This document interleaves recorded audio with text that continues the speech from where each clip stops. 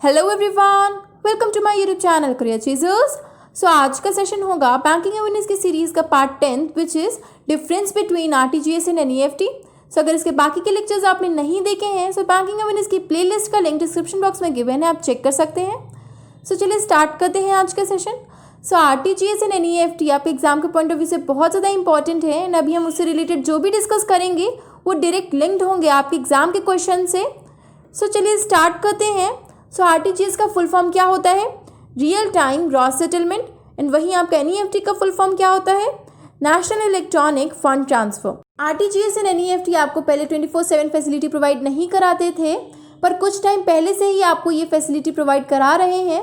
RTGS आपको दिसंबर 2020 से ये फैसिलिटी प्रोवाइड कराएगा एंड NEFT आपको 16 दिसंबर 2019 से 24/7 फैसिलिटी प्रोवाइड करा रहा है। Then next is minimum and maximum limit. So RTGS के लिए मिनिमम लिमिट है 2 लाख रुपीज़, यानी कि जब आपके पास 2 लाख मिनिमम होगा तभी आप RTGS से ट्रांसफ़र कर सकते हैं दूसरे के अकाउंट में, पर मैक्सिमम लिमिट इसकी कोई भी नहीं है, यानी कि कितना भी ज़्यादा अमाउंट हो आपके पास में आप RTGS से ट्रांसफ़र कर सकते हैं। देन NEFT में आपका मिनिमम और मैक्सिमम कोई भी लिमिट नहीं है, आपके पास कितना ही कम अमाउंट हो या कितना ही ज़्यादा अमाउंट हो आप NEFT से ट्रांसफ़र कर सकते हैं।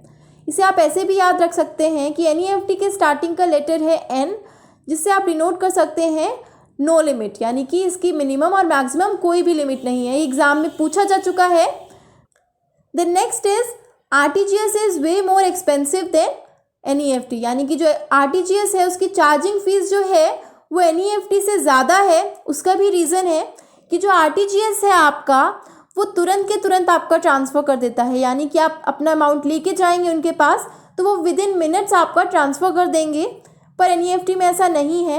NEFT में आपको मिनिमम 2 आवर्स तो लगेगा ही लगेगा, क्योंकि NEFT का ट्रांसफ़र जो होता है वो आपका अकेले का नहीं होता, बैचेज़ में होता है, यानी कि जब उनका बैच कंप्लीट हो जाएगा तभी वो आपका ट्रांसफ़र करेंगे। सो हाफ आवर्स में बैचेज़ बनते हैं। सो एग्ज़ाम में ये क्वेश्चन पूछा भी जा चुका है कि 24 आवर्स में NEFT के टोटल कितने बैचेस होते हैं।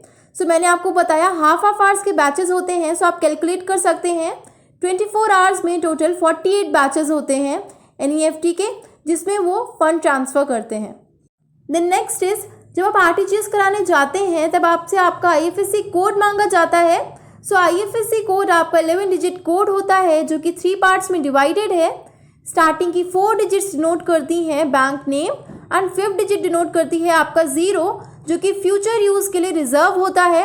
सो इन केस फ्यूचर में किसी डिजिट की नीड पड़ती है तो वो किसका यूज़ करते हैं? 5th डिजिट का यूज़ करते हैं विच इज़ 0। सो ये एग्जाम में पूछा जा चुका है question. And then next is last की 6 डिजिट्स आपकी डिनोट करती हैं ब्रांच नेम, यानी कि लास्ट की 6 डिजिट्स आपकी डिनोट करेंगी बैंक की ब्रांच का नेम। सो ये जितना भी बताया आपका सभी चीज़ें आपके एग्ज़ाम के क्वेश्चंस जो आते हैं उनसे डायरेक्ट लिंक्ड है। सो ये कंप्लीट हो गया आपका RTGS, NEFT and IFSC code से रिलेटेड। सो आई होप ये सेशन आपके लिए यूज़फुल रहा होगा। सो अगर ये सेशन आपको अच्छा लगा है then do like the session. अगर आपके कोई भी डाउट्स कोई भी सजेशंस हैं तो आप उन्हें कमेंट सेक्शन में मेंशन कर सकते हैं, और अगर अभी तक आपने चैनल को सब्सक्राइब नहीं किया है then do subscribe it and don't forget to press the bell icon, जिससे हमारे चैनल की सारी नोटिफिकेशंस आपको सबसे पहले मिले। Thank you so much.